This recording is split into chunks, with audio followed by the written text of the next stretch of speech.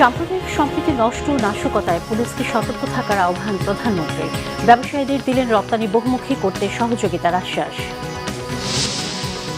বড় বড় দুর্নীতির কারণে বিগত সরকার আমলে কর্মসংস্থান তৈরি হয়নি, ডিজিটাল বাংলাদেশের নামে হয়েছে হাজার হাজার কোটি টাকা নয়-ছয়, অভিযোগ অর্থমন্ত্রীর। দেখছেন ট্রান্সমিট সংবাদ শিরোনাম, এবারে বিস্তারিত। প্রধানমন্ত্রী তারেক রহমান বলেছেন, পুলিশ বাহিনীকে সত্যিকার অর্থে জনবান্ধব হিসেবে গড়ে তুলতে চায় সরকার। সাধারণ মানুষের আস্থার জায়গা হবে পুলিশ। রাজনৈতিক পরিচয় নয়, অপরাধীদের অপরাধী হিসেবে বিবেচনা করা হবে। জনগণের সাথে পুলিশের সম্পর্ক হবে আইনগত ও মানবিক। কেউ যেন সাম্প্রদায়িক সম্প্রীতি নষ্ট ও নাশকতা করতে না পারে সেদিকে খেয়াল রাখার আহ্বানও জানান প্রধানমন্ত্রী। বলেন, নির্বাচনী ইশতেহার ও জুলাই সনদ পর্যায়ক্রমে অক্ষরে অক্ষরে বাস্তবায়ন করবে তার সরকার। আরও জানাচ্ছেন জাহাঙ্গীর আকন।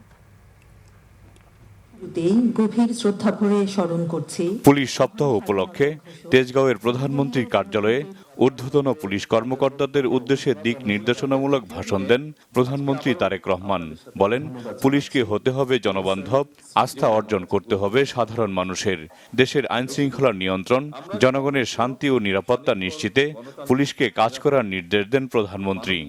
এই সরকার পুলিশ বাহিনীকে এমন একটা রূপ দিতে চায় যেখানে পুলিশ সত্যিকার ভাবে হবে জনবান্ধব, এবং শুধু জনবান্ধব নয়, আমরা চাই মানুষের একটা আস্থা তৈরি হবে, আপনার একটা আস্থার জায়গা হবেন মানুষের। পুলিশ প্রশাসনকে সরকারের আয়না হিসেবে বিবেচনা করা হয়, সুতরাং পুলিশ প্রশাসন সফল হতে কার্যত সেটা সরকারের সফলতা হিসাবেই বিবেচিত হয়।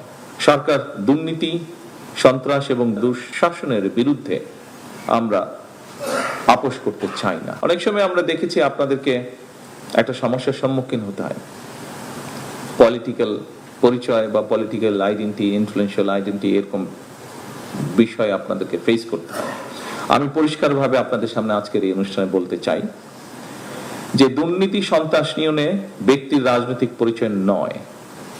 যে বা যারা অপরাধে লিপ্ত হবে তাকে আপনারা অপরাধী হিসেবেই বিবেচনা করবেন। আপনারা দায়িত্ব পালন করবেন রাষ্ট্র এবং জনগণের কল্যাণে। একটু আগে আমি বলেছি, জনগণের সঙ্গে পুলিশের সম্পর্ক হবে আইনগত এবং মানবিক। প্রধানমন্ত্রী জানান, সামাজিক অর্থনৈতিক নিরাপত্তা নিশ্চিতে কাজ করছে সরকার। পুনর্ব্যক্ত করেন নির্বাচনী ইশতেহার ও জুলাই সনদ বাস্তবায়নের অঙ্গীকার। একটি বিষয় সম্পর্কে স্পষ্ট ধারণা থাকা দরকার, সেটা হলো বর্তমান সরকার নির্বাচনী ইশতেহার এবং জনগণের সামনে স্বাক্ষরিত যে জুলাই সনদ, এটার প্রতিটি দফা, প্রতিটা অঙ্গীকার পর্যায়ক্রমে অক্ষরে অক্ষরে বাস্তবায়ন করবে ইনশাআল্লাহ। এ নিয়ে আমার মনে হয় কার মধ্যে সংশয় থাকার প্রয়োজন নেই। বর্তমান সরকার অবশ্যই জনগণের গণতান্ত্রিক রাজনৈতিক অধিকার নিশ্চিত রাখতে চায়, তবে কেউ যেন সাম্প্রদায়িক সম্প্রীতি কিংবা কোন রকমের নাশকতামূলক কার্যক্রমে লিপ্ত হতে না পারে, এটি কিন্তু আমাদের সকলকে মনে রাখতে হবে। এ সরকার একটি যুদ্ধবিধ্বস্ত দেশের মতো ভঙ্গুর অর্থনীতি পেয়েছে উল্লেখ করে প্রধানমন্ত্রী বলেন, বিগত দিনে অপ্রয়োজনীয় ব্যয়ের কারণে জনগণের উপর ঋণের বোঝা বেড়েছে। স্বাভাবিকভাবে যে প্রজেক্ট হচ্ছে সেখানে ফুল ফার্নিশ কোয়ার্টার তৈরি করা হয়েছে বিদেশি যারা আসবে তাদের জন্য। সেখানে বালিশ যখন কেনা হয়েছে, সেই বালিশের দাম ধরা হয়েছে ৮০,০০০ টাকা। আপনি একজন স্বাভাবিক মানুষ হিসেবে চিন্তা করতে পারেন কখনো কোনো বালিশের দাম পৃথিবীতে ৮০,০০০ টাকা হতে পারে? অস্বাভাবিক একটি ব্যাপার। এটি অডিটর জেনারেল সাহেবের কথা। যে ড্রেসিং টেবিল ওনার ধারণা ৩০-৩৫,০০০ টাকা দাম, সেই ড্রেসিং টেবিলের দাম ধরা হয়েছে ৪ থেকে ৫ লক্ষ টাকা। এই রূপপুর প্রকল্পটি সিমিলার প্রকল্প আমাদের পাশের একটি দেশ করেছে, তাদের লেগেছে এবাউট খুব সম্ভবত ১৪,০০০ থেকে ১৪,০০০ কোটি টাকার মতন। বাংলাদেশে যে রূপপুর আণবিক এই যে রূপপুরে যে প্রকল্পটি করা হয়েছে, এটির খরচ গিয়ে আলটিমেটলি খুব সম্ভবত দাঁড়িয়েছে ৯৬,০০০ কোটি টাকা। ওনার ইনভেস্টিগেশনে বেরিয়ে এসেছে যে কর্ণফুলী টানেল বের হওয়া বা ঢোকার আগে দুপাশে গাছ লাগানোর কথা, উনি কোনো গাছ পাননি। এই গাছের জন্য ৫০ কোটি টাকা তুলে নিয়ে চলে গিয়েছে, অথচ উনি কোনো গাছ পাননি। এই যে ৪ গুণ দামে রূপপুর আণবিক নিউক্লিয়ার পাওয়ার রিঅ্যাক্টর তৈরি করা হলো, এটির পয়সার যে ঋণ যে শোধ করতে হবে, এটি তো এখানে উপস্থিত প্রত্যেকটা মানুষের মাথার উপরে এসে ঋণ পড়েছে। যে যমুনা ব্রিজ পাশের দেশে পার্শ্ববর্তী দেশে Bhupen Hazarika bridge quite similar bridge, বরং একটু লম্বা বোধহয় ভূপেন হাজারিকা ব্রিজ, সেটিও 14 না 15 হাজার কোটি টাকার মধ্যে করা হয়েছে। বাট পদ্মা ব্রিজের খরচ পড়েছে 54 না 56 হাজার কোটি টাকা। কিন্তু আলটিমেটলি তো এখানে উপস্থিত প্রত্যেকটা মানুষ সহ 20 কোটি মানুষের উপরে এই ঋণের বোঝা এসে পড়ছে। প্রধানমন্ত্রী জানান, সততা, দক্ষতা ও যোগ্যতার ভিত্তিতে পুলিশের বদলি কার্যক্রম নিশ্চিত করা হবে। পুলিশের যৌক্তিক দাবিগুলো পর্যায়ক্রমে বাস্তবায়নেরও আশ্বাস দেন প্রধানমন্ত্রী তারেক রহমান। সকলে ভালো থাকবেন, ইনশাল্লাহ সুস্থ থাকবেন। আসসালামু আলাইকুম। জাহাঙ্গীর আকন্দ, বাংলা ভিশন, ঢাকা। রপ্তানি বহুমুখী করতে সর্বাত্মক সহায়তার আশ্বাস দিয়েছেন প্রধানমন্ত্রী তারেক রহমান। ব্যবসায়ীদের শীর্ষ সংগঠন বিজিএমইএ এবং বিকেএমইএ এর প্রতিনিধি দল তার সঙ্গে সাক্ষাৎ করলে এই আশ্বাস দেন প্রধানমন্ত্রী। বৈঠক শেষে বিজিএমইএ এর সভাপতি মাহমুদ হাসান খান বাবু বলেছেন, প্রতি ঈদে বেসরকারি খাতে যে প্রণোদনা দেয় সরকার, এর চেয়ে বেশি গুরুত্বপূর্ণ নীতি সহায়তা। সরকারের কাছে সেই নীতি সহায়তার প্রত্যাশা তাদের। মহিবুল্লাহ মুহিবের রিপোর্টে বিস্তারিত। সচিবালয়ে প্রধানমন্ত্রী তারেক রহমানের সাথে বৈঠক করেন ব্যবসায়ীদের শীর্ষ সংগঠন বিজিএমইএ এর প্রতিনিধিরা। ব্যবসা সম্প্রসারণের পাশাপাশি রপ্তানি বহুমুখীকরণ সহ নানা বিষয় নিয়ে এ সময় আলোচনা হয়। বৈঠক শেষে সংগঠনটির সভাপতি জানান, মধ্যপ্রাচ্যে যুদ্ধ পরিস্থিতি স্বাভাবিক হলে বাংলাদেশে ব্যবসার পরিবেশ আস্তে আস্তে স্বাভাবিক হয়ে আসবে। বাজেট নিয়ে আমাদের দাবি আমরা ইতিমধ্যে মাননীয় অর্থমন্ত্রীকে জানিয়েছি, এনবিআর এর চেয়ারম্যান সাহেবকে জানিয়েছি, নতুন করে এটা আমরা ওনাকে জানাইনি। এবং আমাদের ঘুরে ফিরে একটাই বিষয়, আমরা পলিসি সাপোর্ট চাই। আমরা ধরেন রেভিনিউ কোনো সাপোর্টের ক্ষেত্রে এই মুহূর্তে সরকার তৈরি না, সেটা আমরা বুঝি। আমরা পলিসি সাপোর্ট চাই। পলিসি সাপোর্ট পেলে আর আমরা চাই যেন ইনফ্রাস্ট্রাকচারে গভর্নমেন্ট দ্রুত ইনভেস্ট করে, বিশেষ করে এনার্জি নিয়ে, এবং ঢাকা চিটাং এক্সপ্রেসওয়েটা যেন দ্রুত হয়। 3 নম্বর হচ্ছে যেন পোর্টের এফিসিয়েন্সি বাড়ে, যাতে করে আমাদের ব্যবসা করার খরচটা কমে আসে।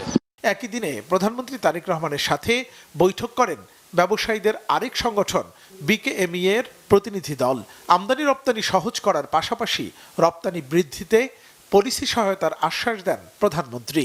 বাজেটে আমরা বলছি ট্যাক্সের বিষয়টা বলেছি, ট্যাক্স বর্তমান যে সিস্টেম আছে এটাকে আরও সহজ করার জন্য ট্যাক্সের সিস্টেমটাই আমি মনে করি যে বর্তমানে যে সিস্টেমটা আছে এটা সঠিক না, এবং এটা অনেকটা আমি বলবো অনৈতিক, বেআইনি আইন করে রেখেছে সেখানে।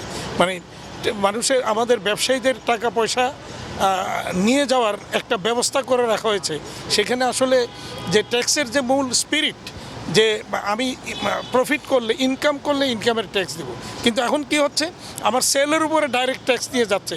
কর্মসংস্থান সৃষ্টি করতে বন্ধ কারখানা খুলে দিতে সব ধরনের সহায়তার কথাও জানান সরকার প্রধান। মুহিবুল্লাহ মুহিব, বাংলা ভিশন, ঢাকা। যোগ্যতার ভিত্তিতে নারী উদ্যোক্তাদের উৎসাহ দেওয়া দরকার বলে জানালেন ডাক্তার জুবাইদা রহমান। পুলিশ সপ্তাহ উপলক্ষে রাজারবাগ পুলিশ অডিটোরিয়ামে বাংলাদেশ পুলিশ নারী কল্যাণ সমিতি পুনাকের বার্ষিক সমাবেশ আনন্দ মেলায় প্রধান অতিথির বক্তব্যে তিনি কথা বলেন। নারীদের প্রয়োজনীয় প্রশিক্ষণ, উন্নয়ন ও বাজারজাত সহায়তার কথাও বলেন প্রধানমন্ত্রীর সহধর্মিণী।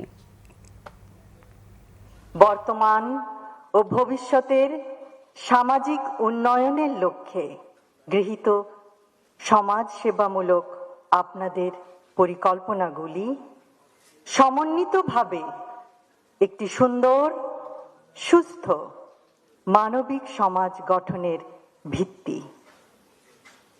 আমরা সকলে যদি নিজ নিজ ক্ষেত্রে কাঙ্ক্ষিত সমাজ গঠনে অবদান রাখি, তাহলে নিশ্চয়ই সেটি বাস্তবায়ন করা সম্ভব, ইনশাআল্লাহ। এদিকে প্রধানমন্ত্রীর পররাষ্ট্র উপদেষ্টা হুমায়ুন কবির বলেছেন, বাংলাদেশের মানুষ ও সরকার কাঁটাতারের বেড়াকে ভয় পায় না। বাংলাদেশেরও সীমান্ত নিয়ে পরিকল্পনা রয়েছে। পররাষ্ট্র মন্ত্রণালয়ে এক ব্রিফিংয়ে উপদেষ্টা আরও বলেন, সীমান্তে নতজানু হবে না বাংলাদেশ। এই বাংলাদেশ আর সেই বাংলাদেশ নেই। উপদেষ্টা আরও জানান, পররাষ্ট্রমন্ত্রীর চীন সফরে তিস্তা প্রকল্প নিয়ে ভালো অগ্রগতি হয়েছে। বাংলাদেশের মতো দেশকে এখন ডর দেখানোর মতো কোনো জায়গা নেই। দেখেন, যদি মানুষের সাথে সম্পর্ক করতে চান, বাংলাদেশের মানুষ কাঁটাতার ভয় পায় না, বাংলাদেশের সরকারও কাঁটাতার ভয় পায় না।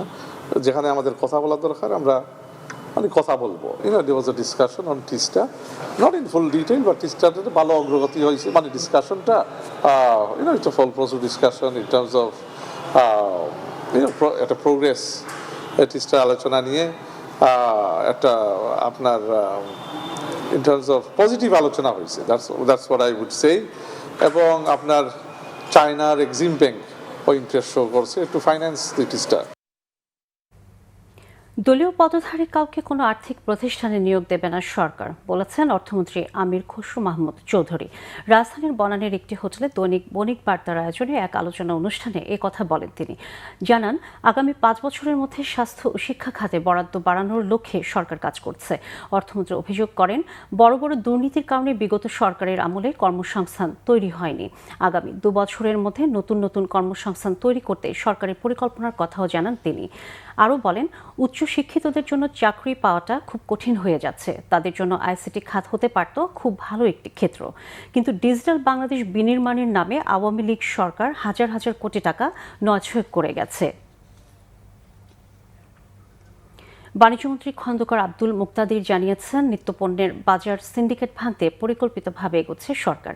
এরই প্রক্রিয়ায় সরবরাহ ব্যবস্থায় চালু করা হবে এআই ব্যবস্থা। কোরবানি ঈদ উপলক্ষে সোমবার টিসিবি ট্রাকসেল কার্যক্রম উদ্বোধন করে এসব বলেন বাণিজ্যমন্ত্রী। তিনি জানান, আগের সরকারের দেয়া 1 কোটি টিসিবি কার্ডের মধ্যে 59 লাখই ভুয়া, তাই প্রকৃত তালিকা তৈরি করছে সরকার। সীমিত আয়ের মানুষের কষ্ট লাঘবে টিসিবি পণ্য এবার 40% বেশি দেওয়া হচ্ছে বলেও জানান বাণিজ্যমন্ত্রী। এদিকে টিসিবি ট্রাকসেলে পণ্যের দাম কিছুটা বাড়ানো হয়েছে বলছেন পণ্য কিনতে আসা মানুষ। টিসিবির ডিলার নিয়োগে নতুন নীতিমালা করেছে সরকার। ডিলার হতে আবেদন করতে হবে নতুন করে। হান্টা ভাইরাসে মৃত্যুর হার উদ্বেগজনক হলেও এটি দ্রুত ছড়ায় না, মহামারীর আশঙ্কাও কম, বাংলাদেশেও সংক্রমণের ঘটনাও নেই। তাই হান্টা ভাইরাস নিয়ে আতঙ্কিত না হয়ে পূর্ব সতর্কতা হিসেবে ইঁদুর থেকে সাবধানতা অবলম্বনের পরামর্শ বিশেষজ্ঞদের। নাবিল জাহাঙ্গীরের রিপোর্ট। এমভি হন্ডিয়াস প্রমোত্তরিতে সংক্রমণ এবং মৃত্যুর ঘটনায় বিশ্বজুড়ে আলোচনায় ইঁদুরবাহিত হান্টা ভাইরাসের আন্দেস ভ্যারিয়েন্ট। প্রশ্ন উঠছে, করোনা কিংবা ইঁদুর থেকে ছড়িয়ে পড়া কলেরার মতো হান্টা ভাইরাসেরও বৃহৎ পরিসরে প্রাণঘাতী হয়ে ওঠার শঙ্কা কতটা, বাংলাদেশি বা কতটা ঝুঁকিতে। বাংলাদেশের শহর কিংবা গ্রামে ইঁদুরের উপদ্রব বেশি থাকায় সতর্কতা হিসাবে নিয়ন্ত্রণের পরামর্শ বিশেষজ্ঞদের। তবে বাংলাদেশের ইঁদুরে হান্টা ভাইরাসের আন্দ্রেস ধরনটির উপস্থিতির সম্ভাবনা কম বলেই মনে করছেন তারা। কারণ এই দেশে এখনো পর্যন্ত মানুষে কোনো কেস আমরা ডিটেক্ট করা হয়নি বাংলাদেশ থেকে, এবং ইঁদুরও আমরা এখনো পর্যন্ত এই ভাইরাসটা ডিটেক্ট করি নাই। ইঁদুর বহন করে এই ভাইরাসটা, তো আমাদের দেশে ইঁদুরে থাকতে পারে, থাকা যাবে, যেহেতু আমাদের এখানে খুব গবেষণা খুব বেশি হয়নি। গবেষণা করার পর আমরা বুঝবো আসলে ইঁদুর আছে কিনা। সো যেহেতু আমরা এখনো জানি না ওভাবে, সো আমাদের সতর্ক থাকতে হবে, আমাদের ইঁদুরের সংস্পর্শে থেকে দূরে থাকতে হবে। আমাদের এই অঞ্চলে হান্টা ভাইরাস গ্রুপে যে সমস্ত ভাইরাস আছে সেটা দেখা যায়নি, এখন অনুসন্ধান করা যেতে পারে। আর অ্যান্ডিস ভাইরাস তো ওই অঞ্চলে দেখা গেছে, এখানে যে ভাইরাস সেটা অন্য, সেটা অতটা বেশি এখানে যদি সেটা আক্রান্ত হয় মানুষ, যে 100 জন রোগীর মধ্যে মৃত্যু 1 জনের কম হতে পারে, আবার 15 জন পর্যন্ত উঠতে পারে। জনস্বাস্থ্য বিশেষজ্ঞরা বলছেন, মৃত্যুহার বেশি থাকলেও হান্টা ভাইরাসের আন্দেস ধরনটি করোনার মতো দ্রুত গতিতে সংক্রমণে সক্ষম নয়। সেই সাথে করোনার অভিজ্ঞতার ফলে সৃষ্ট জনসচেতনতা নতুন ভাইরাসের সংক্রমণ ঠেকাতে সহায়ক হবে। অ্যান্ডিস ভাইরাস যেটা আমেরিকা মহাদেশে পাওয়া যায়, চিলি বা ওইসব দেশে হয়েছে, সেখানে খুব পারিবারিকভাবে যারা একসাথে থাকে, স্বামী স্ত্রী বা একই পরিবার একসাথে থাকে, তাদের মধ্যে সংক্রমণ একজনের কাছ থেকে আরেকজন পাওয়া গেছে। মানুষ থেকে মানুষের দ্রুত এটা ছড়ায়, এই কারণে বলা হচ্ছে খুব একটা ঝুঁকি নেই। যে সমস্ত দেশে নাগরিকরা আক্রান্ত হয়েছেন সেই দেশেও এটা বলা হচ্ছে ঝুঁকি একেবারে কম। যেই জাহাজে এটা শনাক্ত হয়েছে সেই জাহাজে আছে মাঝারি ধরনের ঝুঁকি। প্রথম একজন রোগীতে কিন্তু প্রথমে ইঁদুর থেকে আমরা ধারণা করছি ভাইরাসটা সংক্রমিত হয়েছে, এর পরবর্তীতে কিন্তু মানুষ থেকে মানুষে সংক্রমিত হয়েছে। সর্বক্ষণিক এটা নজরদারিতে রাখতে হবে যে ট্রান্সমিশনটা বাড়ে কিনা, কিন্তু এটাতে আতঙ্কিত হওয়ার এখনো কিছু নেই। এটা করোনার মতো মহামারী পর্যায়ে বলার এখনো সময় আসেনি। ইঁদুর বাদুড়ের মতো বিভিন্ন প্রাণী থেকে মানুষের মাঝে বারবার মরণব্যাধি ছড়িয়ে পড়ায় দেশে এ নিয়ে আরও সমন্বিত গবেষণা প্রয়োজন বলেও মত তাদের। নাবিল জাহাঙ্গীর, বাংলা ভিশন, ঢাকা। বিরোধী দলীয় নেতা ও জামায়াত আমির ডাক্তার শফিকুর রহমান বলেছেন, মধ্যস্বত্বভোগী এবং চাঁদাবাজদের কারণে দেশের বাজারগুলো অস্থির। মঙ্গলবার সকালে মিরপুর শাহালি পাইকারি বাজার পরিদর্শনে গিয়ে একথা বলেন ডাক্তার শফিকুর রহমান। অভিযোগ করেন, সিন্ডিকেটের কারণে কৃত্রিমভাবে দ্রব্যমূল্যের ঊর্ধ্বগতি তৈরি হয়েছে। এ সময় বাজার নিয়ন্ত্রণে সরকারকে উদ্যোগী হবার আহ্বান জানান তিনি। জনগণের জন্য বাজার পরিস্থিতি সহনীয় করতে সংসদে এবং সংসদের বাইরে বিরোধী দল সোচ্চার থাকবে বলেও মন্তব্য করেন ডাক্তার শফিকুর রহমান। পাইকারি বাজার ঘুরে দেখার সময় ব্যবসায়ীদের সাথে কথা বলেন তিনি, শোনেন তাদের বিভিন্ন সমস্যার কথা।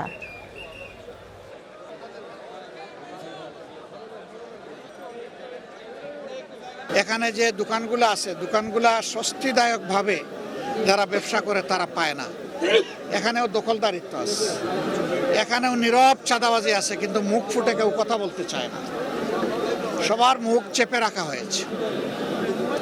কারা করে এই চাঁদাবাজি? আফ্রিকার জঙ্গল থেকে এসে কেউ করে না, এখানেই আমাদের সাথে চলাফেরা করে, উঠা বসা করে, বসবাস করে এই লোকেরা এইগুলা করে।